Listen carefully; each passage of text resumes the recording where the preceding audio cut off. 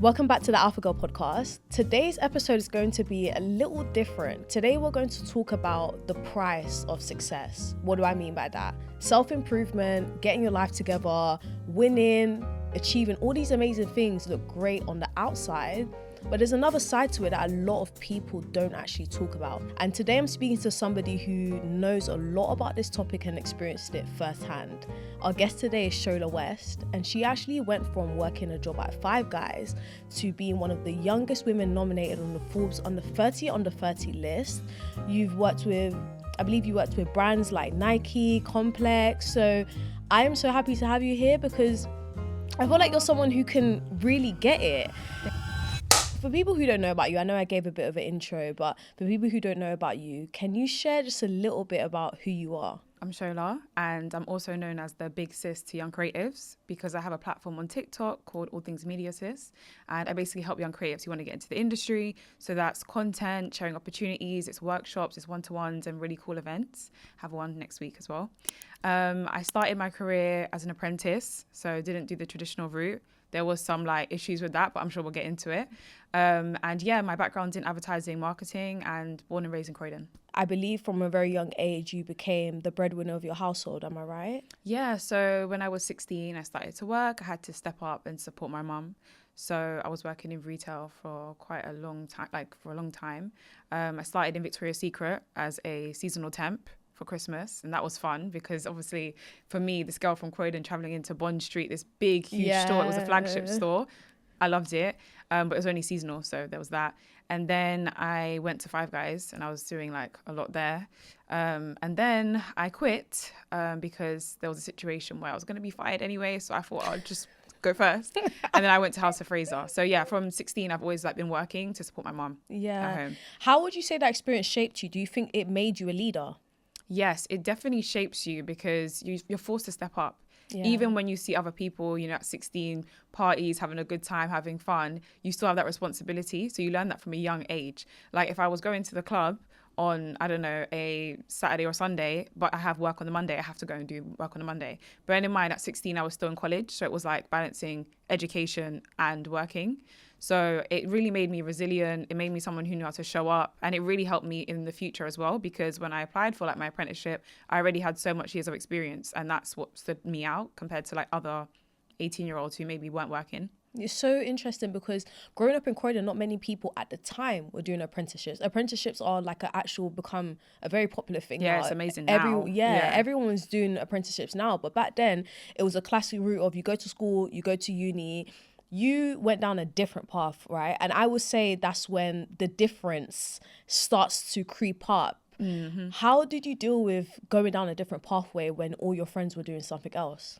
Yeah, it's really difficult, especially because when I would tell people I wanted to do an apprenticeship, they were very much especially back then, oh, that's the B-Tech version of uni, or you didn't want to go to uni because you're not smart enough to get in. You're going to be making the teas and coffees, because that was the stereotype of apprenticeships back then.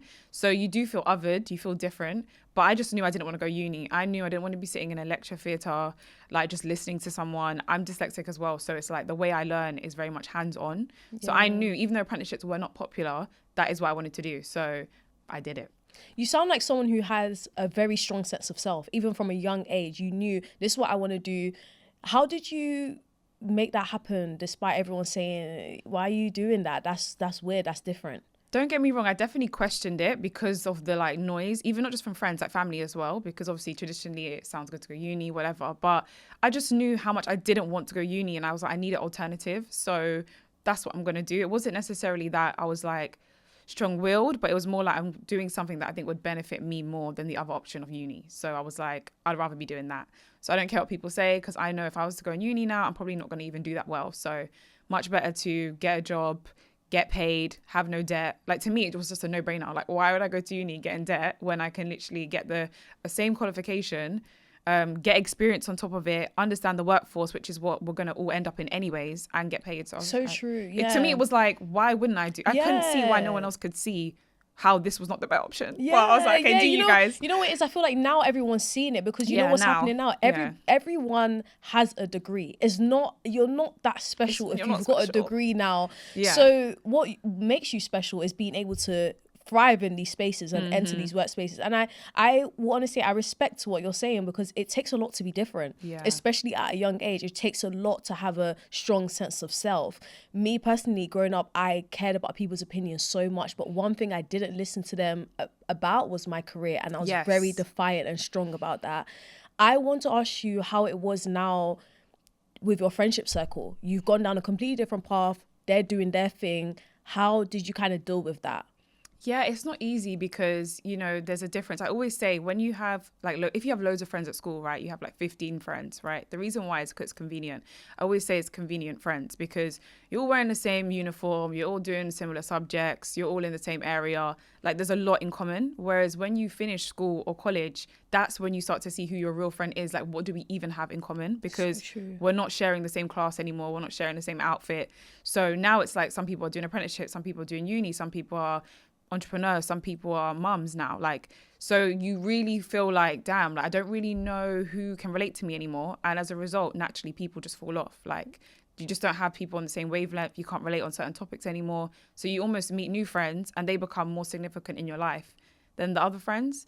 But that time I tried to balance as many people as I could. Like I still had my friends from ends and then had friends in the workplace, and I liked having the two because the people at work I had to almost put on a mask, so I couldn't really be myself with them, whereas people from like my area I could always be myself. So it wasn't too bad at that stage, but obviously later on when more success came in, that's when like I had to really figure out who my friends are like at that point. I 100% get you. I want to do a brief reflection now. Looking back at who you were, 18, you've kind of stepped up and you're kind of like the breadwinner of the household now. You've now went down an apprenticeship. Do you think these are key fundamental stages in the early years of your life that shaped you to become who you are today? Definitely, because it taught me like even if you don't want to do something, you have to do it because you have responsibility. And like no matter who you are, whether you're getting a job, you're in uni, you're an entrepreneur, there's going to be days where you don't want to do it, you can't be asked. But it's instilled in me that regardless of how I feel, I have to focus on the goal. And it's not even about discipline, it's just about getting it done. Because there's days where I don't want to, but I have to. And I think being young and having so much responsibility and knowing that part of that paycheck's going to help support the household, you just get into that. So I'd say it's definitely shaped me, and I'm probably a bit more mature than most people think for my age. Like I've always got that from like age 18. They're like, oh my God, you're so mature for your age. So I think, yeah, that would probably be the main things. Yeah. Do you think age and maturity are linked? No, absolutely not. Really? Personally, no, because I know people who are really, really like, let's say 45, and they still have an immature mentality. And then there's people who are 17 who maybe grew up in care, had to, you know, look after themselves, who are really, really mature. I think it has nothing to do, like no correlation. So that's why when people say to me, oh my God, you're mature for your age, I'm just like, yeah, you know what's so funny? I get that a lot. Yeah. I think hardship and responsibility from a very young age, it makes you wiser. You just get so much wisdom. So I want to talk about now, you're in this apprenticeship, right? You've now ventured into a new lane, a new path. Was that a culture shock considering where you've come from? Yes, definitely. I'm not going to lie, because obviously Croydon, you know, Croydon, yeah. People know, they know. But obviously the workplace now, this was like central London. I'm going to work with people who went to really, really prestigious schools, boarding schools, generational wealth, just very different to me. And then on top of that, I'm the youngest, you know, I'm a black woman and stuff like that. And even the people who are in the workplace didn't get in via apprenticeships. So these are people who've like come from unis and etc. So you do feel a bit different. I definitely experienced cultural shock, sometimes microaggressions, imposter syndrome a lot. And that's when I started to learn how to code switch. I'm not gonna lie. Really? You started code switching? Like I don't even sound like how I used to sound. Yeah. It just comes naturally. It's not a thing where I looked up the definition and started, but I felt myself doing that. Like when I first would come in, I'd wear like Jordans, for example. And I noticed everyone had like a certain kind of trainer. I think it's they have a V.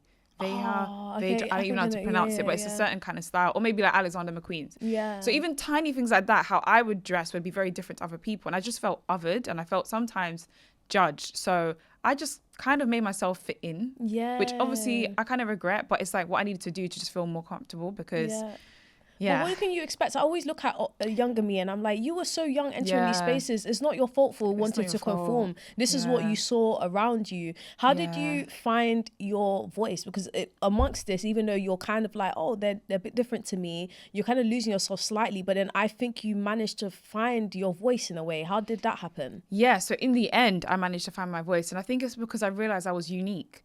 like I felt like everyone around me was kind of the same. So even when we had like projects, I'd always have a different perspective or a unique way of thinking or bring something different to the table. And that was really nurtured by our CEO at the time. He seemed to really like how I thought and like really kind of put me on a pedestal, almost like a mentor or a sponsor in a way. So having that encouragement from him kind of gave me the self-belief that, yeah, like I do belong here, even if I'm different, because I contribute something different. So I think with time, I just started to realize like what I add is valuable.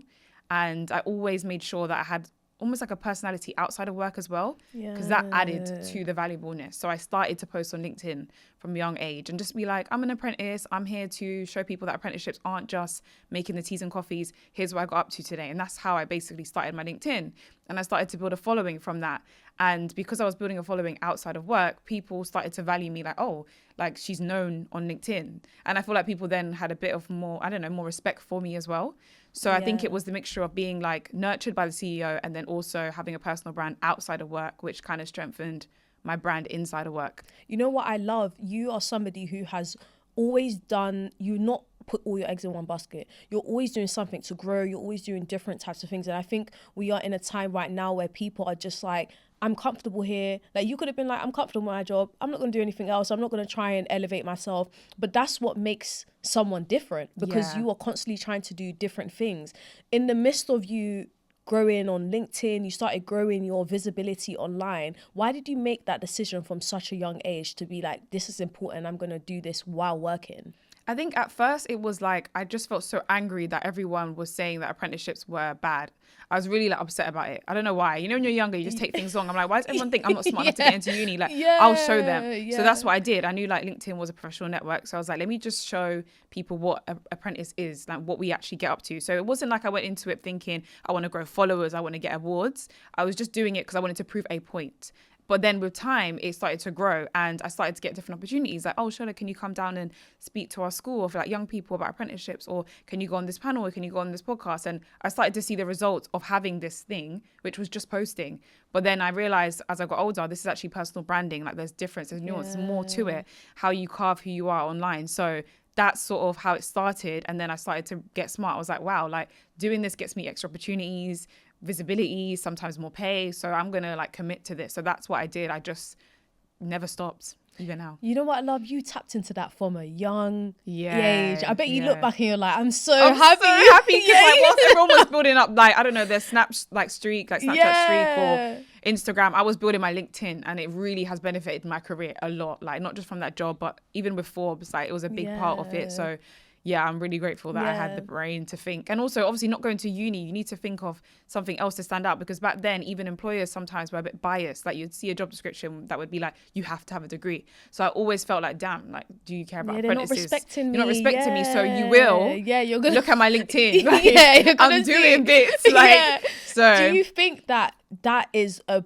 primary reason as to why you're so successful, because you've constantly gone above and beyond and tapped into things before it became a thing? Everyone's talking about a personal brand, but you've been doing the personal brand. Been doing it. But so do you think that's what made you as successful as you are today? 100%. There's literally nothing that like unique about me in terms of on my CV. Like I haven't had the best grades from, you know, GCSEs, didn't even do A levels, don't have the degree or anything like that. I'm literally like an ordinary girl in a way, but what's the difference is how I show up online, like showcasing what I'm doing, being able to leverage community, being able to, you know, speak certain like little traits that even if someone went to uni, for example, they might not have because they're so focused on that piece of paper at the end. So I think having this extra stuff makes me come across as more dynamic. And I think that has really helped my career. And I'm happy about it because I needed something to stand out, because I was like, okay, I don't have the education side, but I can talk, I can, you know, build communities, I can show people what I'm doing. So yeah.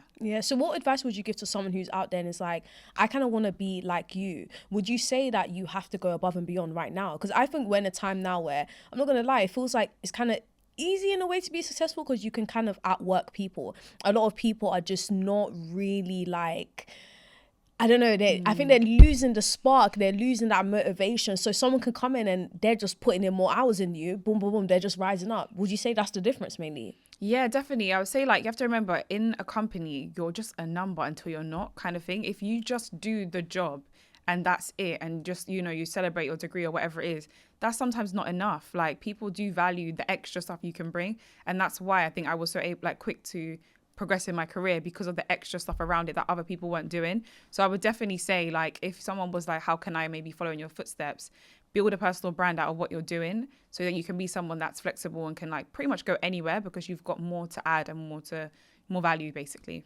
You know what I also love about your story as well is that you did this when you were super, super young. And I feel like in your 20s, it's time to try everything and just do the most with everything. Do you think enough people are actually pushing themselves to just try? Even if you try and fail, you're just trying. Do you see many people trying nowadays? That's a good question. I think it's mixed. Like, some people know because they're too scared of what other people think. Yeah. Or their parents are pushing one thing, so they kind of feel stuck. Like, they don't really want to be doing it, but situations, so they're doing it. So yeah, those would be the main two. And then there's some people who try, yeah, I guess. But I personally see it the other way around more, especially when it comes to jobs. Or people will be trying, but not the right way. So for example, I see a lot of people on TikTok saying, I've applied for 1,000 jobs and I've got nothing. But it's like, what was your application though? Like, was your CV the exact same? Did you send the exact same CV to every job? Because you can't. You have to custom tailor it so that it makes sense for that job. Did you bother to do the cover letter, or did you skip it because you can't be asked? Have you gone and found people on LinkedIn that you can message? Do you even have a LinkedIn? Like, are you going above and beyond? It's not always about numbers. People be sending out their CV thousands of times, but it's not even good. Do you know what I'm saying? So it's like, you need to sometimes make the effort and go above and beyond. So it's not just about saying you've tried. It's like, how did you try? Like, what have you actually done? And like, also reflect on yourself. Like, just double check. Like, is it even good that you're sending that out? There's a lot of talk online, basically, that Gen Z are quite lazy. And I want to hear from you, as you are kind of like the Gen Z career coach. I personally, in my opinion, I don't think Gen Z are lazy. I think we are putting our eggs in different baskets. We're not just kind of focusing on one thing. We're like doing this thing, but we're building our personal brand and we're doing this on the side. Do you think that Gen Z as a generation is lazier? Or do you think that we're just trying to find other ways to make things work? Definitely that. I don't think we're lazy. I think it's like you said, we're doing so many different things because the outcomes aren't as guaranteed as maybe other generations. Like, other generations knew if I got this 9 to 5, I'll be making X salary, and then I can definitely afford a house or a car or 10 holidays, whatever it is. Maybe that's a bit extreme. Whereas us now, because of the cost of living crisis, because of just the way society is, inflation, you know, it's like really hard to get a job. There's a lot of demand, not a lot of supply. There's no guaranteed outcomes. You could be at a job today and then be laid off tomorrow. So it's really important that we have our eggs in different baskets. And that comes across as lazy sometimes to older generations, because we're not committing to one thing, but we're just protecting ourselves. So I don't think we're lazy at all. I think even trying to balance like 2 things, 3 things is really hard. Like, when I was in my 9 to 5, I always had my side hustle. I was doing content. I don't really know much Gen Z people who are doing one thing. It's always like, oh, I'm doing a 9 to 5 and I work in retail for extra money, or I'm doing this, but I'm trying to be an actor at the same time, or I'm studying this course, or I'm doing a fashion brand, or I'm doing music. Like, everyone's doing a million things. 100%. So how could we be lazy if we're balancing like 100 things? Like, I don't so true. Understand. Yeah. So now I want to kind of go into who this, your apprenticeship has helped you become, like that person that you've become off the back of you doing an apprenticeship, choosing a different pathway. Did you ever feel any friction when you started to grow in your career and started getting a lot of recognition? Did you feel any friction within yourself about who you have always known to be and who you're basically becoming? Yeah, it's really difficult. It's like a whole identity change and identity crisis in a way, because for me, I'm just still this girl from Croydon. But then if someone maybe reads my profile on Google or they read my LinkedIn, it's like, Forbes this, done that. But I don't. So I sometimes feel stuck in between. And that's why I've had the issues with friends sometimes, because I want to bring people along with me, but then I know where I'm going. And it's like, I can't bring the same people in the same room. So I'm almost like split in a way. And I experienced that for the first time when I went to college, because I went to a fashion college in central London. So when I was like coming from Croydon, going there with these girls who I couldn't really relate to, had very different upbringings to me, I felt again different. So I feel like I'm always like almost like a shapeshifter. Like, when I'm in certain rooms, I'm this. When I'm over there, I'm like that. And it's like hard to find that constant who I am. So I'm still learning. I'm not going to lie. Like, I wouldn't say I'm 100% there. Like, sometimes I don't know. I just know that I'm me and I'm trying my best. And sometimes when you have accolades, people then expect you to be a certain way. And that's not necessarily the case. So yeah, I'm just trying to balance both worlds. But one thing that's definitely hard, I will say, about when you start to gain success is always wanting to do the next thing.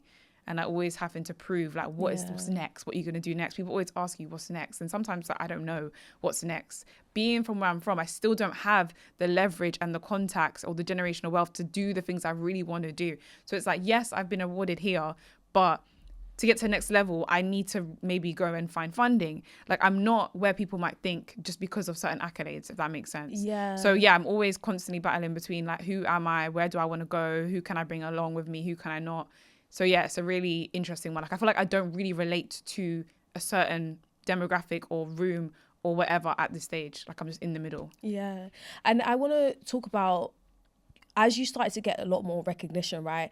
Did you have to unlearn and stop doing certain things that you used to do? Like for me, when I started realizing, oh, I'm actually becoming this type of person, I had to stop being somebody who was so reacted to everything. Yeah. I had to, you know what I mean, think about my decisions more carefully, because you can't just be reacting to everything now, because one day you do the wrong thing, you say the wrong thing, you react out of character. Hard. And now all of a sudden you're being viewed in a different light. That's what I'm trying to say. It's like when you come from a certain area, there's certain things you have, like, yeah, I have a bit of rage sometimes, right? You be getting annoyed sometimes. But then when you're in this like professional, clean type room, it's like, even if someone has annoyed me, I have to think twice about how I then react, which isn't really necessarily what I would do. But I'm aware of the environment I'm in. So you've got to show up in a certain way. And that's just facts. I can't lie. Yeah. So, but yeah, definitely I can relate to you on that one for sure. Even like resilience to like getting no's. Because obviously with what I do, sometimes I pitch. At the beginning, I'd be really upset. Like I'd take it personal. It'd be a whole emotional thing. Whereas now I'm like, it's just business. Like on to the next, you know. And like I was saying earlier about discipline, like sometimes I don't want to do something and I just have to get on with it and do it because I know where I want to go. And I'd also say tolerance. I don't have tolerance for fakeness or just people just being funny or weird energy. Like I really don't have time. Did you ever experience that as you started to kind of go up?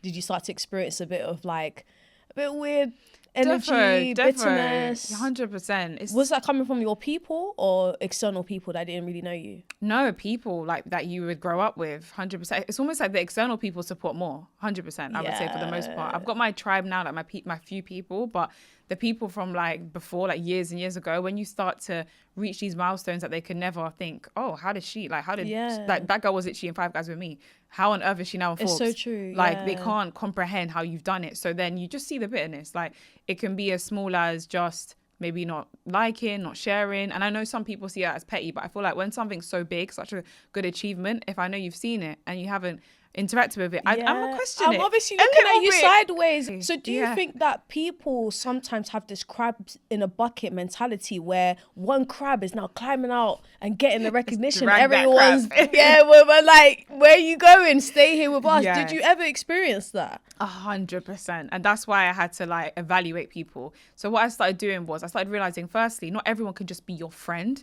We use the word very loosely. So not everyone can just be your friend. That's the first thing. I had to start categorizing people. Like, you people I've known for years, you're a good time out, maybe at the club, and that's about it. In terms of like self-improvement, or if I can come to you with an issue or like brainstorm with you, I can't do that anymore. So I started segmenting people so that I didn't feel upset if they didn't show up the way I needed them to, because in my mind you were just a clubbing friend anyway. Do you know what I mean? I don't tell them that, but that's what I had to do. I don't go clubbing now because clubs are dead. But at the time when I was like going out having a good time, I was like, okay, so you're the clubbing friend, you're the party friend or whatever. You're someone who is good for self-development. I wouldn't necessarily go to a party with you, but I can speak to you about my business. And then basically like categorizing everyone. And that helped me for a long time because, like I said, if someone in the party friend category didn't show up for me in a business sense, I'm like, cool, you were never that. However, as I've gotten older now and I'm more like full circle, like there's certain things I don't like. So I don't enjoy clubbing anymore. I don't need that category of friend. I started to find that I need friends that are kind of more all-rounding, who can go to like a cute brunch with me or afternoon tea, because I prefer to do that now. But then also when we're at the afternoon tea, we can have like good conversations of value. Yeah. So it means I have less friends because not everyone can do that.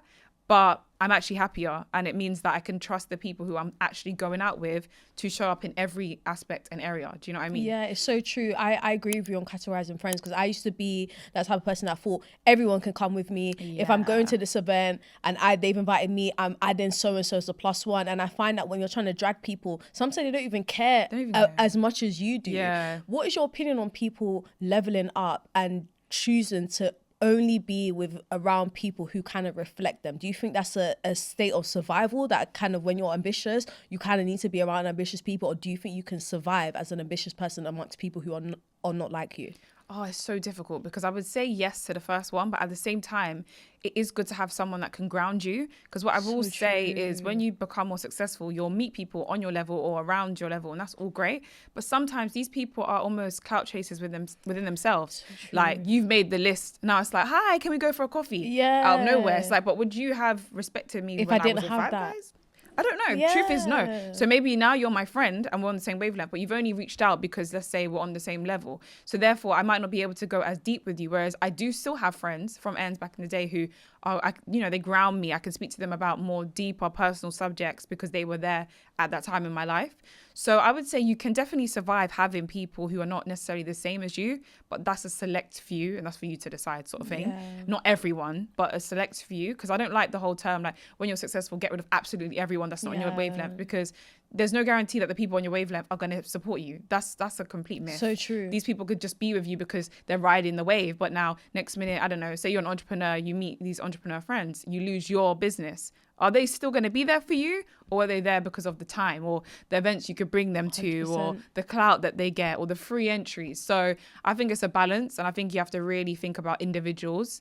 It's not necessarily about what they have or can bring to the table. Sometimes it's like, are they a good person at heart, like inside? It's so true. So I have a balance. Like, I have my friends that I've met only since being in the industry who are great, and we can speak about certain things. And then I have a few friends from like back in the day, like 10 years ago, who like have just always been there behind the scenes when I'm like sad, when I'm not all glammed up, when I'm like, oh, I got the no from this big brand. Can I just like relax at your house? I have those friends too. So needed. Those friends are so needed. I want to talk about, though, now we've kind of spoken about like the dark side that you kind of had to face. I want to talk about when you got nominated to be Forbes 30 under 30. Did you expect it? Was that something that was in the pipeline of what you aspired to achieve one day? Yeah, I always wanted it. I'll be honest. From a young age, I just found it like really aspirational. Like, I really want to get that, but I didn't know how, because actually for a long time I didn't want to be an entrepreneur. I wanted to do my own thing. So yeah, for a long time I actually didn't want to be an entrepreneur. Like, I actually wanted to grow in the like 9-to-5 space, which is why I did the apprenticeship in the first place. I was really obsessed with growing my career.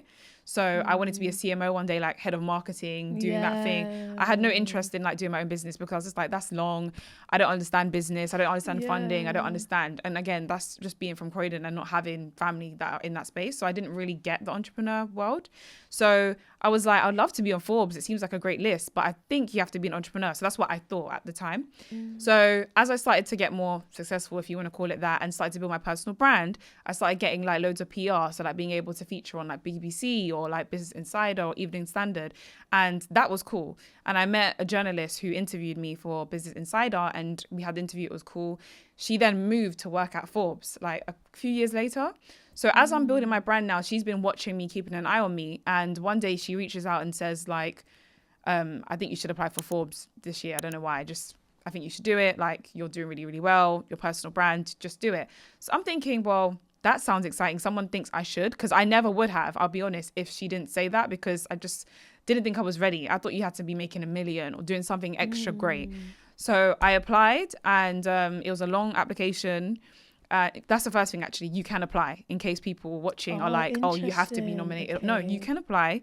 So yeah, I applied, and the application form was quite long. They're asking you, like how much money you make and certain things. So I was thinking, I ain't gonna get this, because the way this form's set up, I'm like, my answers are just not, I can't match what I thought you needed to be on the list. Because there's people like Kylie Jenner on there, or like, you know what I mean? So anyway, got it, and I was obviously over the moon. Like, I didn't necessarily expect to get it, but I was really happy that I got it. And I think a big part of why I got it was the personal branding thing, but also what I do. Although I don't make millions, or although it's not a huge tech company, I help people, and I actually add value to the world. So I'm getting these young people into big spaces that they wouldn't have had maybe if they didn't have the chance to through my stuff, the opportunities I bring. So I think that made a big difference. So I was obviously really happy, and I did have it on my vision board, to be fair, like 2 years before, just out of like cuteness, like, oh, that's what I want to be one day. So I didn't expect it to happen so quick, especially at 24. But I thought, you know, by 30 maybe. But yeah, I didn't know how it was going to happen, because I thought you had to be something that I wasn't, basically, which is obviously self-doubt. So, and I hate that. That's something I need to improve on. But you know, so I can relate to your story completely. Like, I feel like when you hit that goal and you're like, well, because I always wanted to be on the Forbes list. Like, I thought it was something that was just amazing. I never really thought I could do it though. Right. As you said, because where we're from, you don't really, how many people do you know that are on the Forbes list? And I think my process was a bit different from yours. But when I found out I made it, when I look back, I can say I wasn't mentally prepared. I wasn't prepared for such a big accolade like that at the time, because I don't know why it wasn't really clicking in my head. And have you ever felt like you've been in a position where you've achieved amazing things, but you didn't mentally prepare yourself? And as you're older, you're looking back like, did you deep how big that was? I'm telling you now, like, even now, I'm still like trying to deep how big it is, because I just got it and I was like, great, tick kind of thing. Next week I'm like, what can I do? What more can I do? Whereas there's people around you being like, let's celebrate, like capitalize on it, like slow down, like actually relax, go and take yourself on holiday, whatever. Whereas for me, it's like, it's just another thing that I need to add to the roster so I can like hurry up and get to where I'm going. And I think it's almost like a struggle mentality sometimes, because when you've come from the struggle, it's almost like you're just on this hamster wheel of just always trying to get out of ends. And like sometimes it's like you relax, like you actually are doing well. But for some reason in your mind, it's like, okay, I got it, next. Like, I don't have time to do well because I'm not a millionaire yet. But you know, on the outside, people are like, no, but you have made it. Whereas you don't feel like you've made it. And that's something I battle with all the time. Yeah. You know what's so true? I relate to that. And I do think it's a struggle mindset, because you're not really sitting down to reflect and really deep. So I want to kind of now talk about your career as a whole. You have worked with many, many brands, right? How have you managed to maintain true to who you are and your message? Because your message has stayed consistent, even though it's come up in different forms. It's been consistent. It's the same message. How have you managed to stay true and certain in who you are, entering all these different rooms? I think that's a really hard question. It's not always what it seems. I'll be honest. On the inside, I still do get imposter syndrome. I sometimes still feel like I'm not meant to be there, but I feel like I just know who I am. So regardless of what I'm feeling on the inside, even if I'm not thinking about it consciously, I'm just always showing up as the same exact person, because I don't know who else to be. I don't know how to be someone else. I just know who I am. And I think the foundations of like working from a young age, or like seeing your mum have to go through certain struggles, like it's just inbuilt in me. So it's something that I can't even explain to people or do a how to. It's just who I am. So I just show up as who I am, even if I have those thoughts of doubt sometimes. But yeah, my message has stayed consistent. But I think also the more successful, or like more senior I got in my career, people trust you a lot more. And they're like, I want you. So like, for example, the role I had at Complex, I got that role because a recruiter reached out to me on LinkedIn. And like, that was a big jump in terms of I was working as an exec before, and then that was brand lead. So I just had skipped a few levels. But it's like, if someone's coming to you saying you can do that job, then clearly they like who I am and they trust me. So then I have no choice but to show up as who I am. Do you know what I mean? So I think it's that too. Being trusted in the industry helps. What would you say are the things that you would say, if you're aspiring to be successful, just prepare yourself. You're going to go through these things. What would you say they are? Okay, so the first thing is definitely your circle of friends. That's going to be in, out, in, out. You're going to constantly be like, worrying, is this person there for me? Is this person not there for me? You're going to maybe gain some trust issues because someone is going to show their ass, basically. Somebody. So it's guaranteed? It's guaranteed. Somebody is going to question, you're going to question somebody, or someone's going to do something that makes you think, are you really there for me? Especially if you start from the bottom. If you're born into generational wealth and everyone around you is the same from day one, I don't know. I can't. That's not my experience. Most of the people we know. But most people we know, if you're starting from the bottom and you do something that's really big that, you know, people around you wouldn't expect, someone's going to be different with you. So that's the first thing. It's like your circle is going to constantly change and it can be hella lonely. Like sometimes you don't even want to go out with nobody because you just don't trust no one anymore. Like, oh my God. Do you know what I mean? Like, are you my friend? Are you my friend? Or are you trying to gain something from me? You're so like, real. No, it's actually sad. The trust issues get really out of hand. It gets out of hand. I can't even trust. Yeah. No, that's so scary. Real. It's so scary. It's actually scary. Like there'll be times where I'll be going to something really cool and I'm like, I don't even want to bring up +1. Yeah, because I don't even know if I trust you. No, we laugh now, but No, I it's don't know why we're actually laughing, but it's like, sad. if you, what's the saying? Like, if you don't laugh, you'll cry. That's why I'm laughing. It's because so real. there's times where I'm literally like, yeah, I would rather not really go out with anyone. And I really mostly go out for events in like networking where I know everyone that's there is going for business sense. But I don't want to do too much chatty cutiness with anyone because I'm scared you're going to turn against me, because it's happened too many times. I know. So that's a big one. Definitely like trust. I think also the fear of like failure or being forgotten about. I think it was 50 Cent who said something about like, you're only as good as your last gig, or you're only as good as your last piece of work. And that's definitely something that also gets in my head. I'm like, okay, for example, you've done Forbes, what's next? So you don't even get a chance to relax. Or I have a really cool event coming up.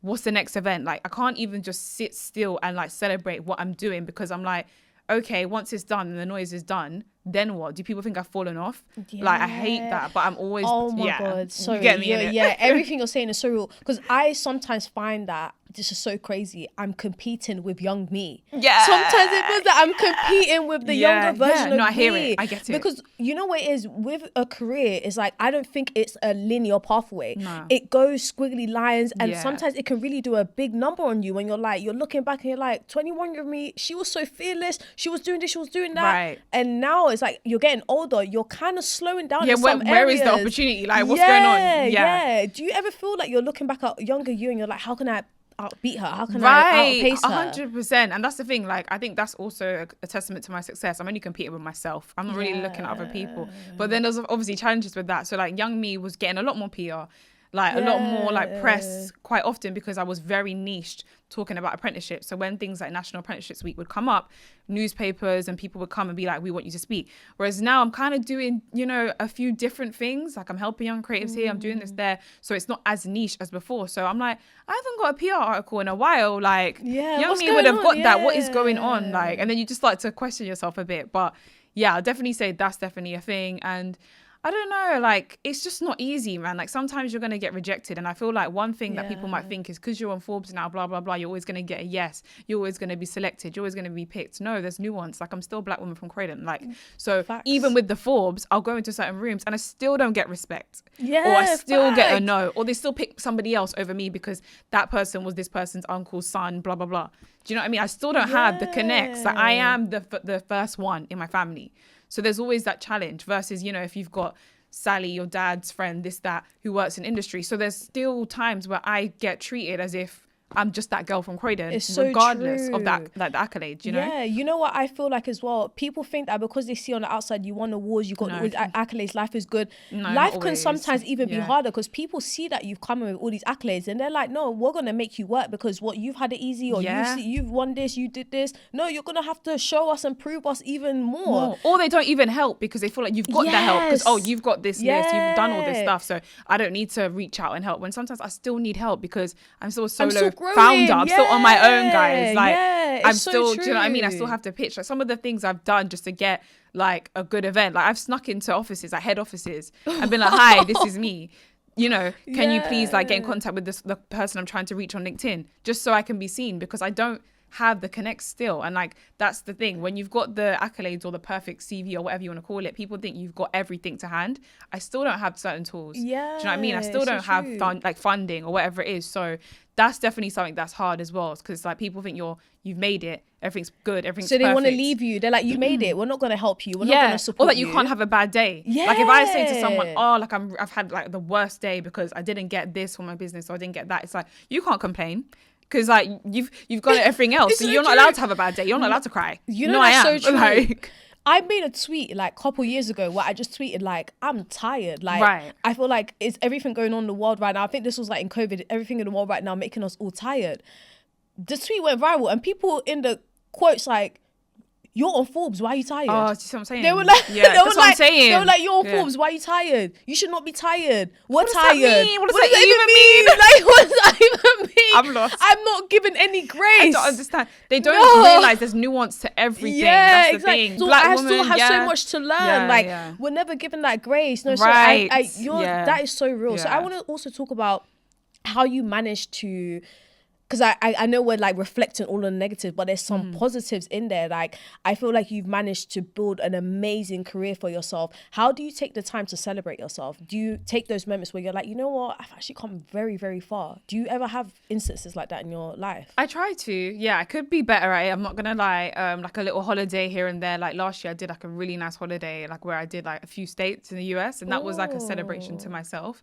So yeah, where I can, I do. But also, what makes me happy is the community that I've built, not just my career. I think my career, I'm like, yeah, I did well. But what really makes me happy is the fact that I'm helping young people who want a similar career to me get that career through my content, through my workshops, through my events, all of that sort of thing. So that's something that makes me happy, I would say, for sure. And like gives me that joy of like, you've made it, or you're doing well because someone's messaged me to say, oh, because of you, I've got this apprenticeship. Or that's amazing. Because of you, I got that opportunity. That's nice. Like that makes it feel really worth it, to be honest. And do you still manage to find a balance between social life and work and your career? Now, obviously, you've got different friends now. Yeah. How does that work in your life?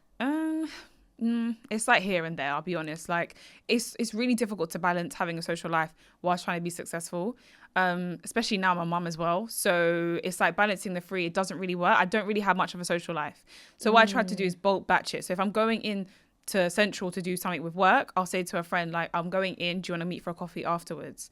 So my work's very the center of my life, and then the friendship bit kind of comes where it can. Sometimes I don't see my friends for months, but it is what it is. Like, I know where I need to go. I'm not where I need to be. So for me, I'm happy with that sacrifice. Whereas if you're someone who constantly needs friends, family around you all the time, then you're going to have to sacrifice something and weigh up, okay, well, this weekend I'm going to do that. But for me, like, it's okay. I don't mind. Like, I used to be an extrovert. I feel like now I'm almost like an extrovert when it comes to work. I can be around people. Like, even doing this is fun, but I don't need to go out with friends all the time. Plus, most of my friends, we have like a really good thing like on WhatsApp. So we do this thing called Wednesday Waffle, where every Wednesday we'll send a voice note about what we're doing, like what's happened that week. So we stay in touch anyways. Do you know what I mean? So it's like, I don't have to see them physically, and that's what happens when you have solid friends. Whereas of certain people who I would have got rid of, oh, like, you're too busy for us, I ain't seen you in ages. Yeah, you think you're too nice. No, I don't have that anymore. So I can know that this month's going to be a work month.